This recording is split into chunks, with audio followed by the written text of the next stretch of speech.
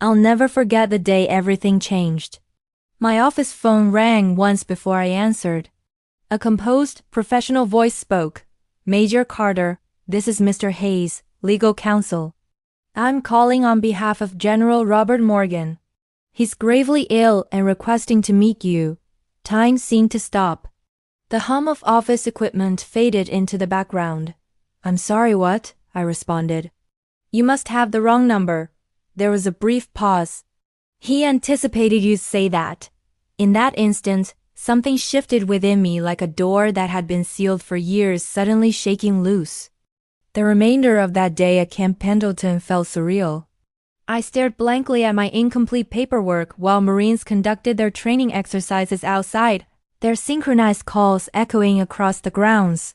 Everything appeared normal, yet those words kept circulating in my mind. "He's gravely ill. He wants to meet you." My entire adult existence had been built on the belief that I was alone in the world. Official records indicated both parents perished in an automobile accident when I was 4. I'd never questioned it. My childhood was spent in a Norfolk children's home, moving between various foster placements before joining the military at 18. The Corps became my family. Duty became my foundation. Yet now, an unknown attorney claimed a man I never encountered, a 4-star general, no less, was my father. Logic told me this had to be an error. The military has countless Morgans, and attorneys frequently contact next of kin. However, the way he spoke my full name, Lena Morgan Carter, sent an inexplicable chill through me. That evening, sleep eluding me. I made coffee and sat examining an old keepsake container I hadn't opened in years. Inside were fragments of a forgotten past, a hospital identification band, a worn photograph of a uniformed man holding an infant, and a small silver pendant shaped like an eagle. On the photograph's reverse, written in blue ink, "For EGM, always protected," my initials, Morgan. I examined the photograph carefully, noticing the crease down its center. I'd always assumed it came from donated items at the children, something I kept, simply because I admired the uniform. Now it felt like evidence. By morning, my decision was made. Mr. Hayes' contact information remained in my recent calls. "Mr. Hayes," I said when he answered. "I was hoping to hear from you, Major," he responded. "General Morgan's time is limited. I'm uncertain what you're expecting," I said. "But I don't know this person." His tone softened. "He knows you, ma'am. He's monitored your entire military career. He mentioned you'd understand once you saw the estate." "The estate?" I questioned. "The Morgan property in Arlington. Are you able to visit today?" I surveyed my sparse kitchen. No family photographs, no personal touches, no one expecting my return. Just a military flag and a duty schedule on the refrigerator. "Yes," I finally answered. "I can visit." The flight to DC passed quickly, though my thoughts raced. I kept reviewing everything I believed about my history. Military training teaches compartmentalization and focus, but certain matters refuse to be contained. I recalled being 12, watching a 4th of July parade. A Marine convoy passed by, flags moving in the breeze. I stood curbside and saluted, though I didn't know proper form. A man in the lead vehicle returned my salute with a smile. I'd always wondered why that moment stayed with me, why it felt like recognition. Now I wondered if that person had been him. At Reagan Airport, a driver waited, a reserved man in a gray suit holding a sign reading "Carter." He asked no questions. I offered no explanations. The drive took nearly an hour through suburban Virginia, where streets widened and homes grew larger. Finally, we turned onto a lengthy gravel drive lined with oak trees. At its end stood an impressive home, white columns, iron gates, and an American flag at half-staff. Mr. Hayes met me at the entrance. He appeared exhausted. "Thank you for coming, Major," he said, extending his hand. "I'm only here to clarify a mistake," I replied. He nodded, though his expression suggested otherwise. "Understood. However, before you proceed upstairs, there's something you should witness." He guided me through a grand corridor lined with oil portraits. When we stopped before one particular painting, my composure nearly failed. It depicted me in marine dress blues, standing at a podium with the American flag behind me. The detail was unmistakable. Someone had commissioned this from a photograph. My photograph. I turned to him, barely maintaining my steady voice. Where did this originate? The general commissioned it last year, Hayes said quietly. He said it was for his daughter. My heart pounded. This proves nothing. Perhaps not, he said gently. But perhaps what's upstairs will. He led me up the staircase. The house held an eerie stillness, broken only by the faint hum of medical equipment. A nurse acknowledged us with a nod as we entered a bedroom filled with the scent of antiseptic and lavender. In the bed lay an elderly man in his 80s, skin pale as aged paper, eyes still alert beneath silver hair. His chest rose and fell with shallow effort, each breath a struggle. When he saw me, he attempted to sit upright. I should have rendered a salute, but I stood frozen. His voice emerged cracked and rough from age and illness. You inherited your mother's eyes. I felt the world tilt. I wanted to demand proof, to challenge him, but all that emerged was, why me? He smiled weakly. Because you were safer remaining unknown. Then he coughed, his body trembling. The nurse moved closer, but he gestured her away. Please stay, he whispered. I took a cautious step forward.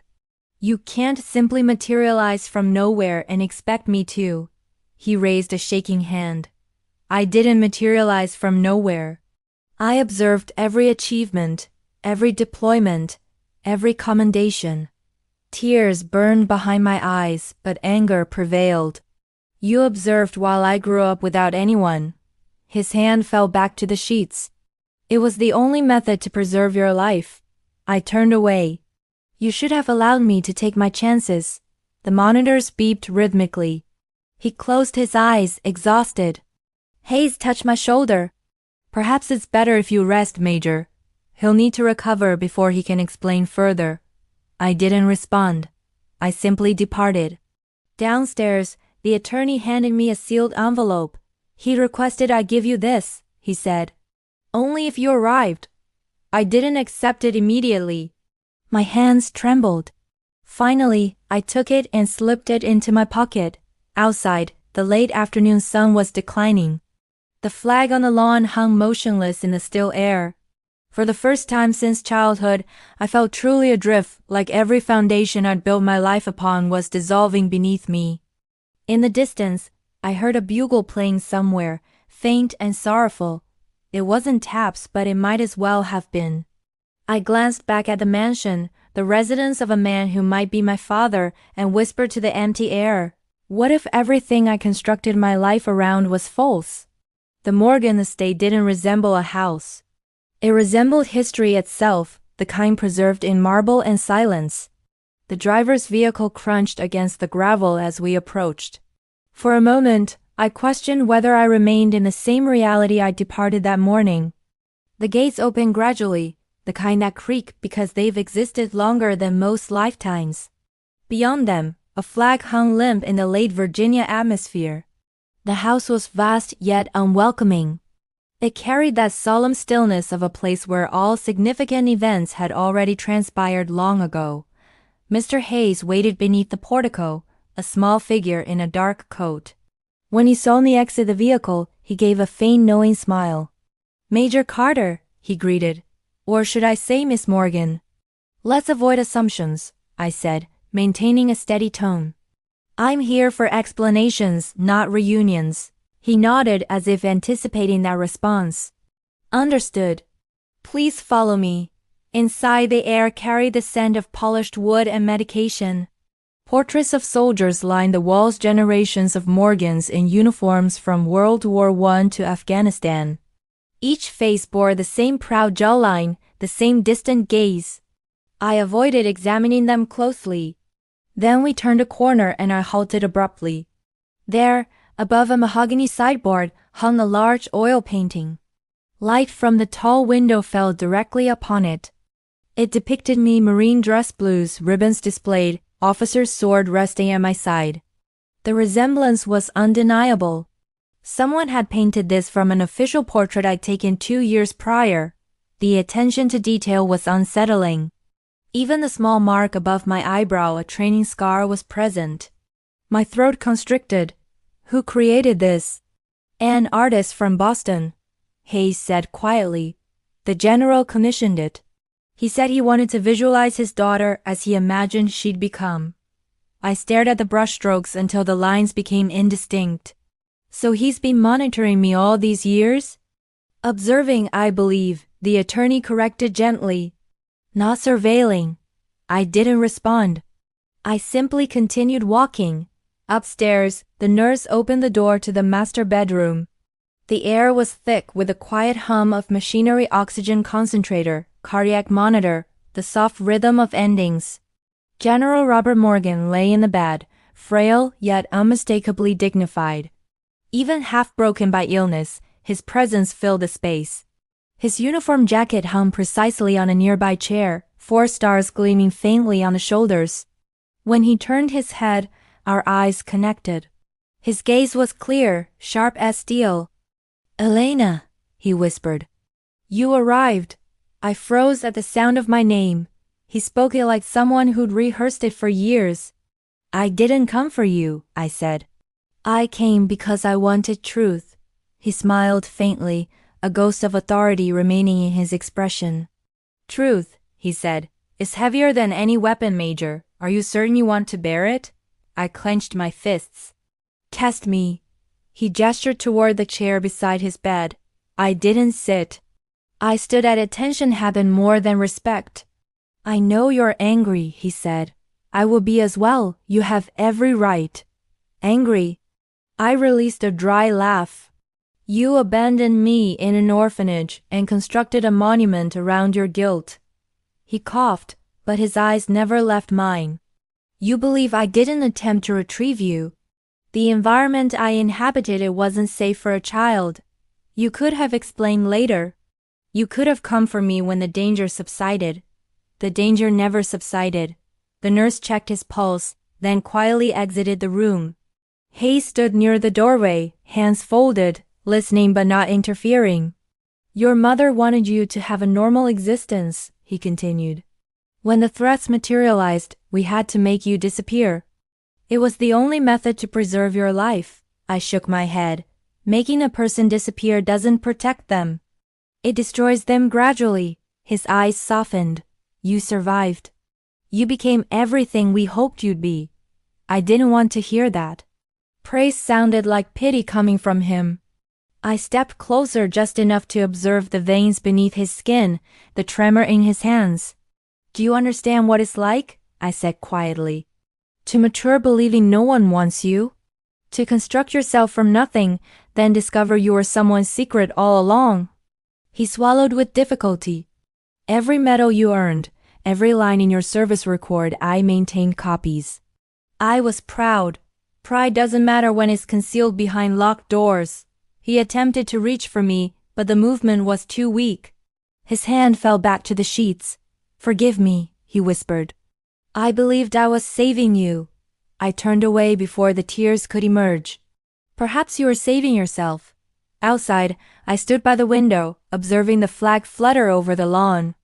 The air carried the scent of autumn and regret. Hayes joined me quietly. "He doesn't have much time remaining," he said. "Perhaps a few days. He wanted to see you once more before." "I'm not prepared for that," I said. "I don't even know what to call him." "Perhaps just Sir," he suggested. He handed me a small envelope, cream-colored and sealed with wax. My name was written on it in a steady military hand. "He wrote this years ago," Hayes explained. "Said it was for when you returned home." I stared at the envelope, but didn't open it. Not yet. I wasn't certain I could handle more truth in one day. Before departing, I wandered into the study. The room was lined with books, maps, and military commendations. On the desk sat a photograph, my mother, smiling, young, alive. Her eyes were the same shade as mine. There was also a second photograph, me in Afghanistan, shaking hands with a colonel. It had been printed from a news article. Someone had framed it carefully as if it were the only thing keeping the house alive. That was when it struck me. This man had constructed his life around ghosts, and now he wanted me to resurrect one of them.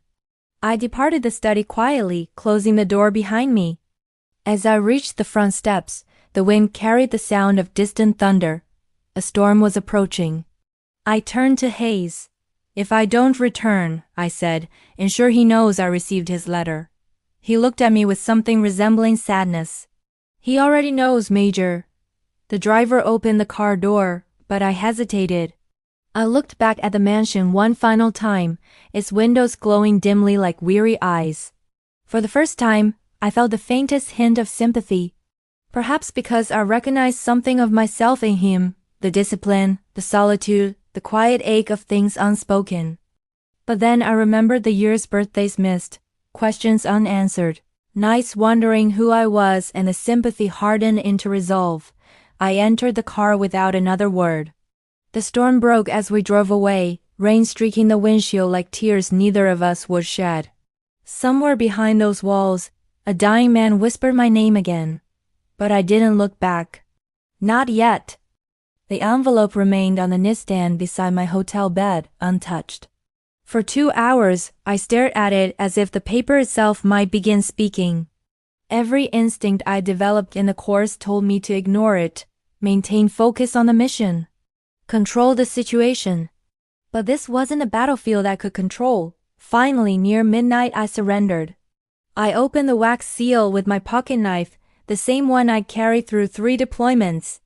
Inside were 4 items: a folded letter, a birth certificate, a faded photograph, and a military commendation stamped with the Department of Defense seal. The birth certificate read, Elena Grace Morgan, born Naval Medical Center, Portsmouth, Virginia. Parents, Robert A. Morgan and Laura A. Morgan. For several seconds, I simply stared at my name, unable to breathe. It wasn't Carter, the name the orphanage had assigned me. It was Morgan, the name I spent my life saluting without understanding why. The photograph came next. A young Marine officer, Robert Morgan, holding an infant wrapped in a white blanket. Beside him stood a woman with auburn hair and kind eyes. My mother. She was smiling at me, not the camera. The commendation at the bottom bore Morgan's signature. It was a recommendation for promotion, dated the same day I enlisted. He'd signed it when I was 18 years old. The letter was written in a strong, deliberate hand. Elena, if you're reading this, I've run out of time to tell you in person. The world I served in was not kind. After your mother's death, threats were made real ones. I believed that the only way to keep you alive was to hide you, even from myself. I watched your career from afar, every commendation, every mission report.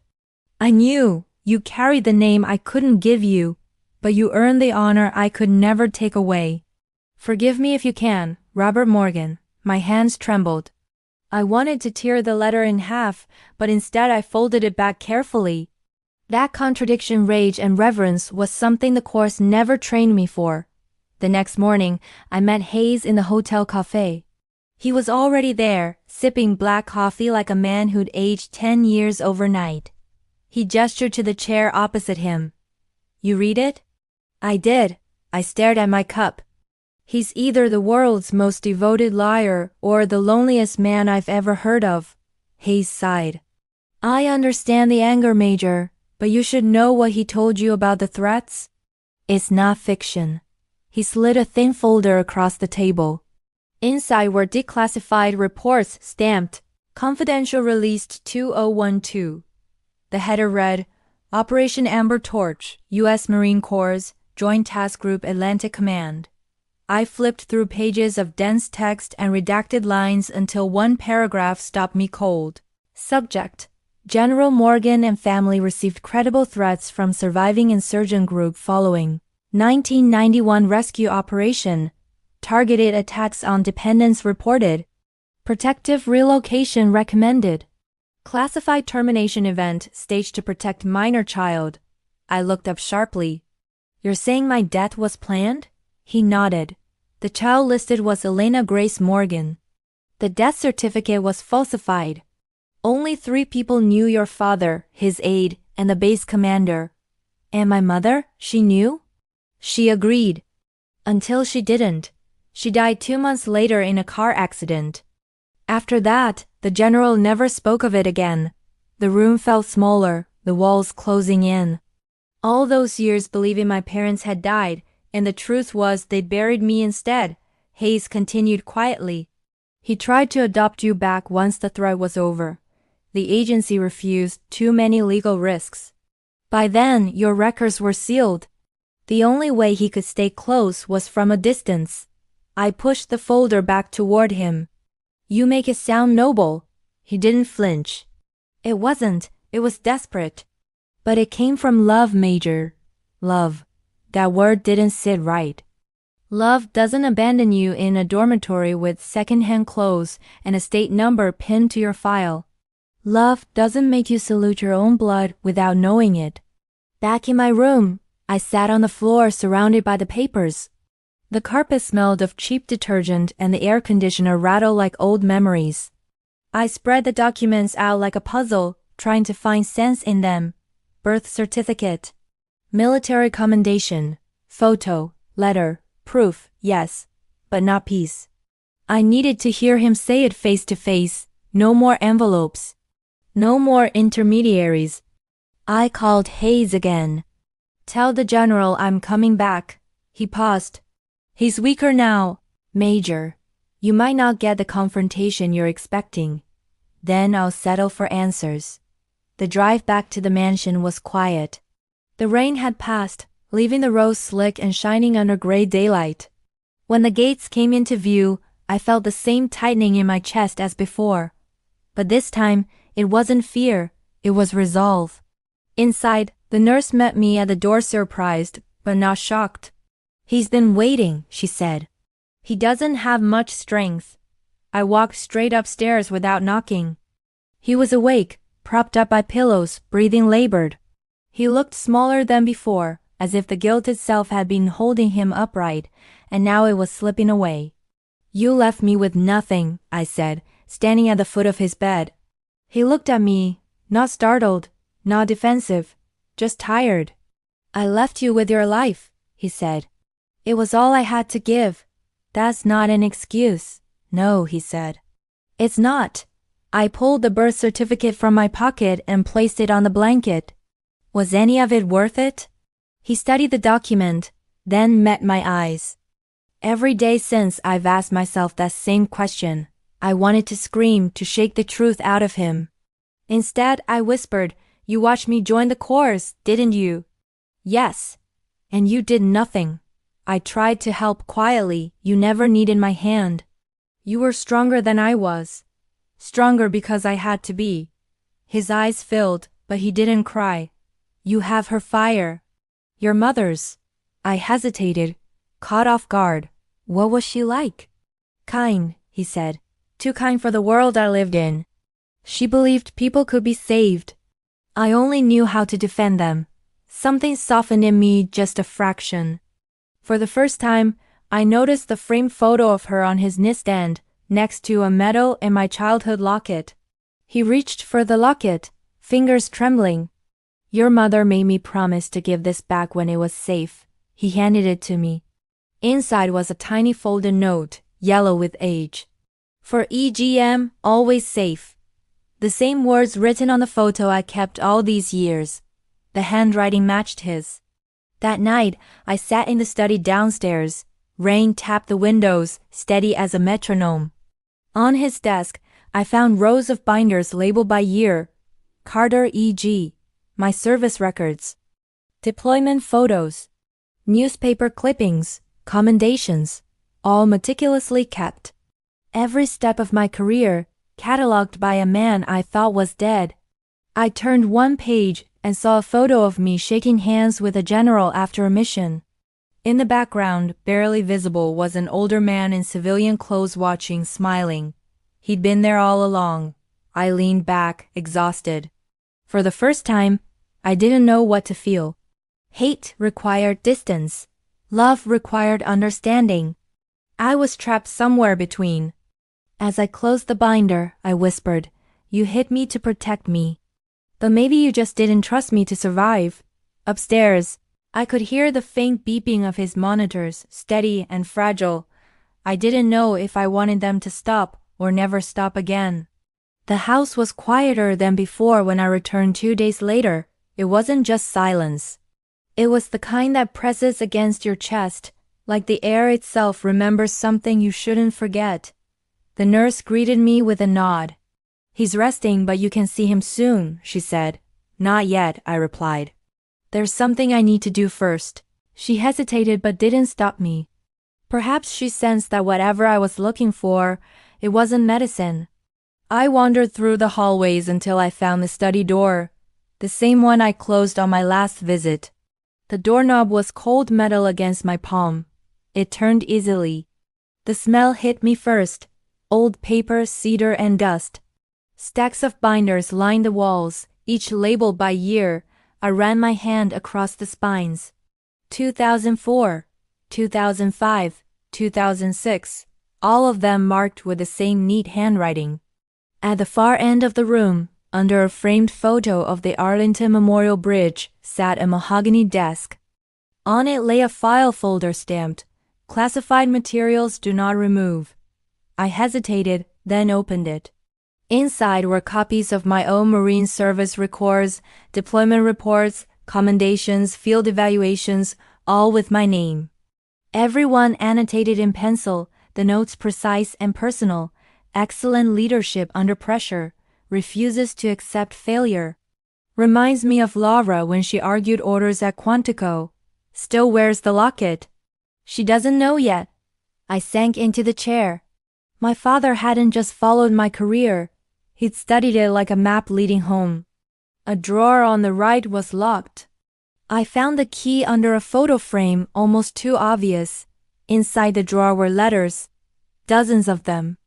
All addressed to me. All unsent. The earliest was from 1995. The last one dated just 2 months ago. I opened one at random. "You received your first commendation today. I saw the photo online.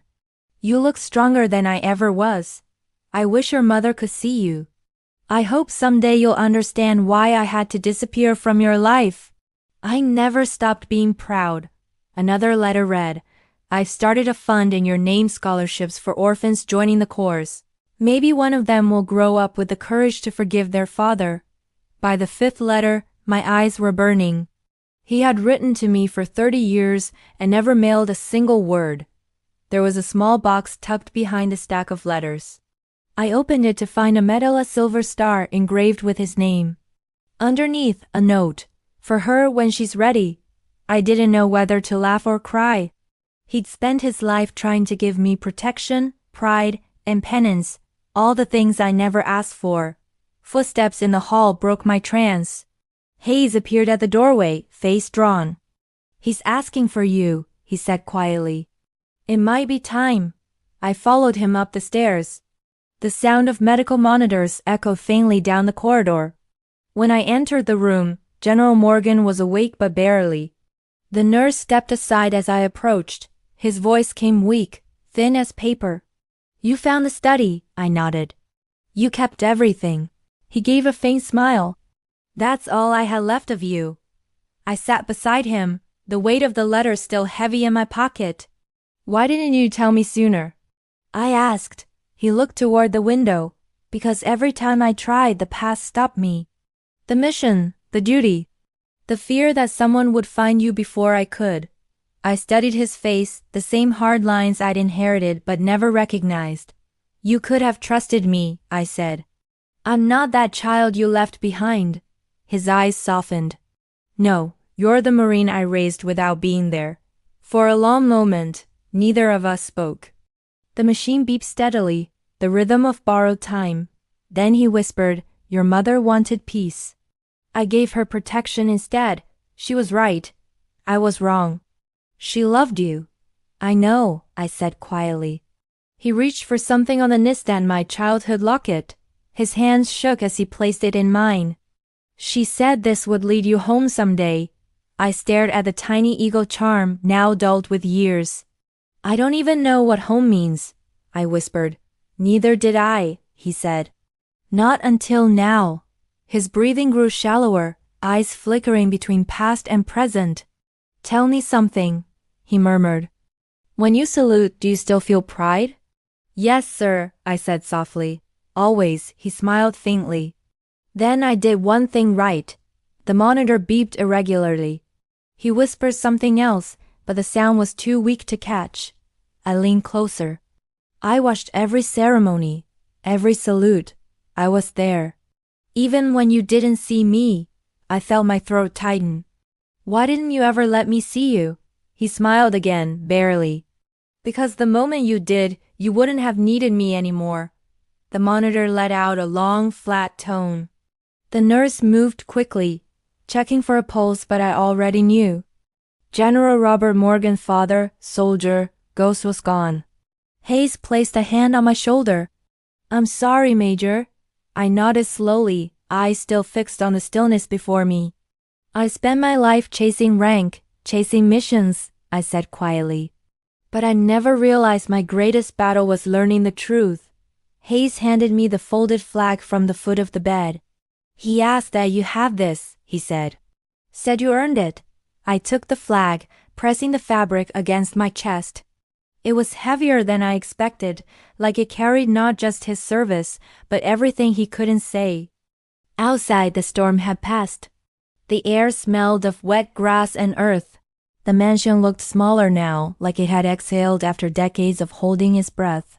For the first time in years, I saluted not to a commander, not to a flag, but to the man who had once believed hiding his daughter was the only way to love her. I whispered, "Rest easy, sir."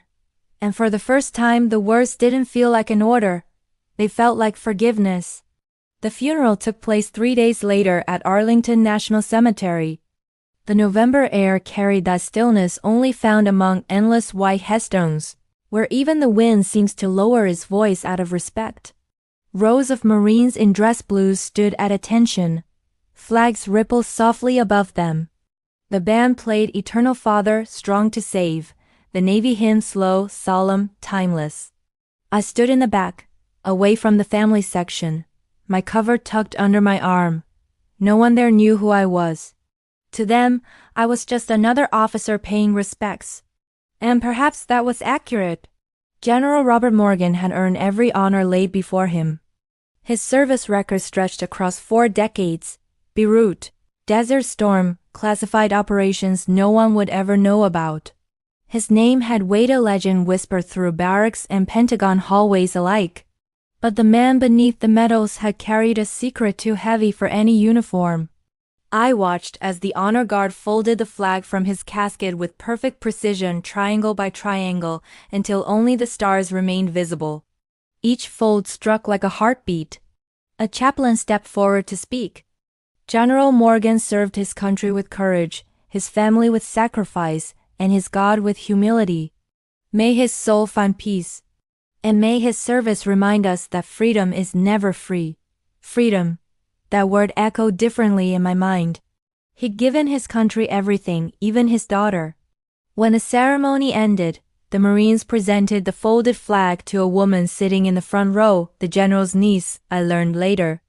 She accepted it tearfully, unaware that somewhere behind her stood the real next of kin. Hayes spotted me from across the crowd and made his way over, moving carefully between uniforms. "Major Carter," he greeted softly. "I wasn't sure if you'd come." "I almost didn't," I said. He nodded. "He'd be glad you did." He handed me a small velvet box. "He left this for you." I opened it quietly. Inside was a single silver bar, the insignia for a first lieutenant. Engraved on the back, "For the daughter who outranked her father's fears." My throat tightened. "He had this made years ago," Hayes said. "He wanted you to know he always saw you as an officer in every sense long before your commission." I looked down at the casket as it lowered into the ground, the dirt soft and dark. Part of me wanted to salute, but my hand wouldn't move. Instead, I whispered, "You could have just told me." After most of the crowd had gone, Hayes and I walked the path between headstones. "You said he had letters," I reminded him. "Yes," he replied. He also recorded something. He made me promise not to show it to anyone but you. He handed me a small USB drive plain unlabeled. I took it without a word. Something told me it wasn't closure I'd find inside that file. It was something heavier. Before I left, I stopped at the grave once more. A new headstone had already been placed. General Robert A. Morgan, United States Marine Corps, beloved husband, father, and soldier. They'd carved father in stone. I wondered if that word would ever feel real to me. I placed the silver bar on the grass and saluted. Then I turned and walked away. That night, I sat alone in my hotel room, the folded flag draped across the bed. The USB drive glinted in the lamplight.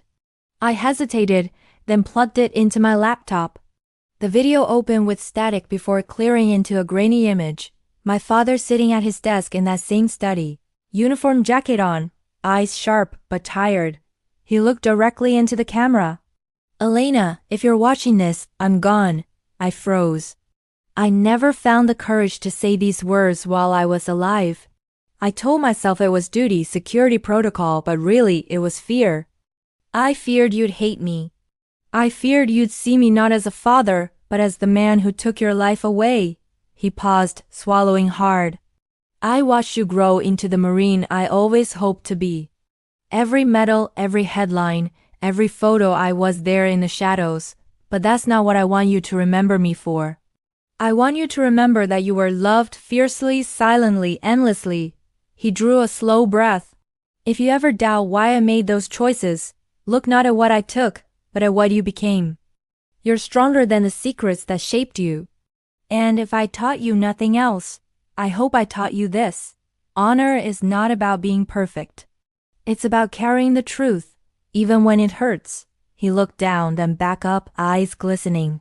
Semper Fidelis, daughter. Always faithful. The screen went dark. I sat there for a long time, the quiet filling the room like water. Somewhere deep inside, the anger began to loosen. The next morning, I drove out to the Chesapeake Bay. The air was crisp, the water a mirror of gray-blue light. I stood at the pier, the folded flag still in my arms. I unfolded a corner, letting the wind catch it. The stars fluttered not as a symbol of mourning anymore, but of continuation. For years, I'd lived by the Marine Code, never leave a man behind. I realized now that I'd left part of myself behind long ago, the part that still needed a father as approval to stand tall. I let the wind take the loose edge of the flag for a second, then folded it back, carefully pressing it to my chest. This time, it didn't feel like a burden. It felt like inheritance. That evening, I visited the base chapel. No ceremony, no ranks, just the echo of boots on marble.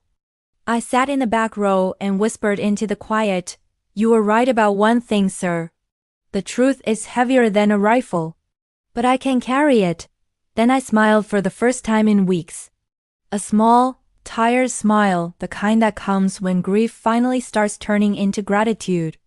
As I left, I passed by a bulletin board covered in photos of fallen Marines. Someone had pinned a new one, my father's. Underneath in neat black ink was written, "Semper Fi, General. Your legacy lives on." I stopped for a moment, hand resting on the frame. For the first time, I whispered the words back, "Semper Fidelis," and in that whisper, something inside me finally let go. 2 weeks after the funeral, the days felt unnervingly quiet. No orders, no reports, no salutes. Just silence, the kind that follows when the uniform is folded neatly on a chair and you're left staring at yourself without rank or mission. I tried going back to the base, but the rhythm felt off. The sound of cadence drills made me restless. The world had kept moving, but part of me was still standing under that gray Arlington sky. Then one morning, a package arrived at my quarters in Camp Pendleton. No return address, just my name written in that same neat, slanted handwriting I'd come to recognize, Morgan. Inside was a bundle of letters, yellowed with age, tied with a strip of faded blue ribbon, and a note from Hayes. These were found in the study after the estate was cleared. The general wanted you to have them when you were ready. I wasn't sure I ever would be ready, but I untied the ribbon anyway. The first letter was dated the year I turned 10. I saw your school picture in the local paper today. You lost a front tooth. I laughed harder than I have in years. I wish I could have been there to tell you that gap-toothed smile looked like courage itself. The next one from when I was 18. You enlisted today. I watched from a distance. You saluted the flag before you walked inside. That was the day I knew you'd find me one way or another. I prayed that when you did, you'd forgive me. Then another. Your first deployment report came through last week. I shouldn't have access to it, but I do. Your team called you Steel. You always were tougher than the name I gave you. Each page was its own confession, pieces of a life spent in hiding, but not absent. I spent years wondering why no one came for me. But he had never stopped being there just beyond the light. By the 7th letter, my eyes blurred. I stopped trying to hold back the tears. One letter near the bottom was different, newer paper, smoother inked. Elena, this one isn't about me. It's about you. There's a fund being set up, the Morgan Scholarship for Military Orphans. You'll find the paperwork enclosed. I used my pension to start it. It's yours now. I want you to use it to help others who grew up the way you did. Maybe that's how you'll understand what I couldn't say out loud, that the pain we survive can still serve someone else. I unfolded the documents enclosed. It was all there, the legal forms, the foundation charter, his signature. He'd turned guilt into something that might actually heal others. And for the first time, I didn't just see him as the man who left me behind. I saw him as a Marine who never stopped trying to make amends, the only way he knew how, through service. That night, I took a drive back to Norfolk. The orphanage was still there, though it had been turned into a community youth center. The sign out front read, Morgan Family Center, established 2016. Inside, the walls were covered in photos of children smiling, laughing, running. There was a plaque near the entrance, dedicated to those who were never forgotten, even when they didn't know they were remembered. A woman behind the reception desk greeted me kindly. Can I help you, ma'am? I nodded toward the plaque. I just came to see the name. She smiled. The general's daughter, right? He used to stop by sometimes, never stay long, but always donated anonymously. Said he wanted to keep the lights on. I swallowed hard. He did more than that. I walked down the hall, memories flooding back, the peeling paint that used to cover these same walls. The smell of chalk and instant oatmeal. I peeked into the playroom. A little girl in pigtails was coloring an American flag. She looked up and grinned. Hi, are you a real Marine? She asked. I smiled. I am. Wow, she said. My dad's one too. He's far away right now. I knelt beside her. Then you're already brave, you know that? She nodded solemnly, as if I told her something sacred. When I stood to leave, the director met me near the door. We've been meaning to ask if you'd come back someday, she said, to talk to the kids.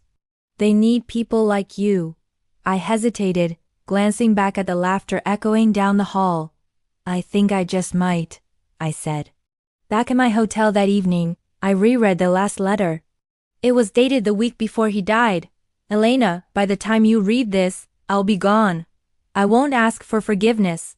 I don't deserve it. But I do ask for understanding. I know I can't give back the years I stole, but maybe I can give you something that lasts longer than regret. When you stand before those children, remember this. They'll look at you the way I once looked at your mother, as proof that light can survive the storm. Don't let my mistakes define you. Let them remind you what kind of leader never hides from love or truth. You are always meant to lead not just Marines, but hearts. Semper Fi, my daughter. Always faithful.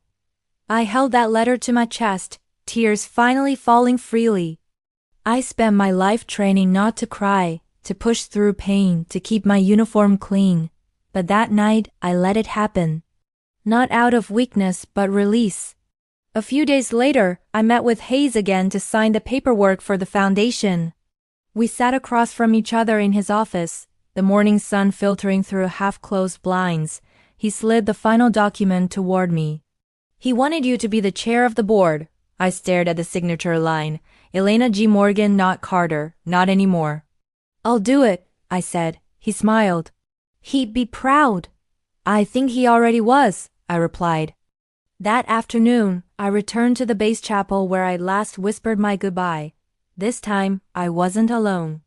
I brought a framed photo of my father in uniform, standing beside my mother. I placed it on a shelf beneath the cross, next to the names of the fallen. Then I took off my gloves, touched the cold marble, and whispered, I forgive you, Dad, not because you earned it, but because I finally understand. The chapel was quiet except for the flutter of the flag outside. And in that silence, I could almost hear his voice again. Semper Fi, daughter. I smiled faintly. Semper Fidelis, sir. That night, before turning out the light, I placed the last of his letters in a box labeled Legacy. I didn't know where life would take me next, perhaps command, perhaps teaching, perhaps just peace. But for the first time in decades, I felt like I belonged to something bigger than the Corps, to a story that had finally come full circle. A year passed before I realized the house no longer haunted me. It had simply become part of my story, not the wound, but the scar that proved I healed. I stayed in the Corps, but my duties had shifted. Instead of combat operations, I was now assigned to the Community and Veteran Outreach Program, traveling to schools, community centers, and bases across the country. The new role wasn't about strategy or tactics, it was about people. It was about teaching the next generation of Marines what service really meant beyond medals and rank. Still, some mornings I'd wake to the echo of that phone call. Your father, General Morgan, is dying. He wants to see you. And I'd remember the young woman who had boarded that plane to Virginia with more questions than answers. The one who thought revenge would bring her peace. But revenge had turned into revelation, and revelation into redemption. It was a Saturday in late spring when I returned to Norfolk for a dedication ceremony at the Morgan Family Center. The scholarship program, the one he created, had grown faster than anyone expected. 12 young men and women stood in dress blues that day, all former orphans who'd earned their place at the Naval Academy or the Marines. The center director handed me a microphone. Major Elena Morgan, she said proudly. The woman whose courage inspired this legacy. I stepped forward. For a moment, I froze. Public speaking had never scared me, but this was different. This wasn't a briefing or a debriefing, it was personal. I looked out at the faces of the recruits, nervous, proud, hopeful, and I thought of the little girl I'd once been, sitting alone on a bunk bed, wondering why the world had forgotten her. My father, I began, was a Marine who made mistakes. Some you'll read about in history books. Most you'll never hear. But the biggest one wasn't about strategy or command. It was about silence. I paused. The air was still the kind of quiet that listens. He believed that protecting someone meant keeping them in the dark. He thought distance was safety. But what I learned, what he finally taught me, is that love doesn't hide behind secrecy. Real courage means telling the truth, even when it hurts. A few of the recruits nodded slowly. I smiled faintly. You'll learn as Marines that orders and loyalty matter. But don't forget that integrity is what makes you worthy of them. I looked down at my father's silver star pinned to my pocket. He once wrote that honor isn't about being perfect. It's about carrying the truth. I used to think he was wrong about everything. But on that point, he was right. After the ceremony, one of the young Marines approached me. She was barely 19, freckles across her nose, posture straight as a rifle barrel. Ma'am, she said, I read about General Morgan and about you. Can I ask something? Of course. She hesitated. Did you ever forgive him? Really forgive him? I looked past her to the courtyard, where the flag waved gently in the wind. Forgiveness wasn't a medal you could pin to your chest. It was a quiet decision you made every day, even when it still hurt. Yes, I said softly. I did. Because forgiveness wasn't for him. It was for me. She nodded thoughtfully. I think I understand. Maybe she did. Or maybe she would someday. That evening, I drove to Arlington. The cemetery was quiet, bathed in the golden light of sunset.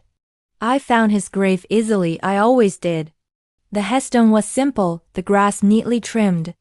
Someone had left a small marine coin on top of the stone. I smiled. I knelt and placed my cover beside me. "Hey, Dad," I whispered. "Your scholarship's working. You'd be proud." The wind shifted, and a few petals from a nearby cherry blossom tree floated down, resting gently on the stone. "I used to hate you," I admitted quietly. "I thought you were a coward. But now I think you were just human. You made an impossible choice. And maybe I finally understand what that means." I reached into my coat pocket and pulled out 2 dog tags, his and mine. They clinked softly together, metal against metal, echoing like a heartbeat. "I kept my promise," I said. I carried the name. I carried the truth. The sun dipped lower, washing the sky in amber. I stood, brushed the dust from my knees and saluted. It wasn't a formal salute, no stiffness, no ceremony. It was a daughter's salute. Then I turned and began the long walk back to the car.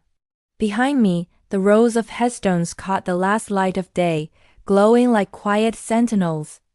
Halfway down the path, a young boy in civilian clothes stopped me.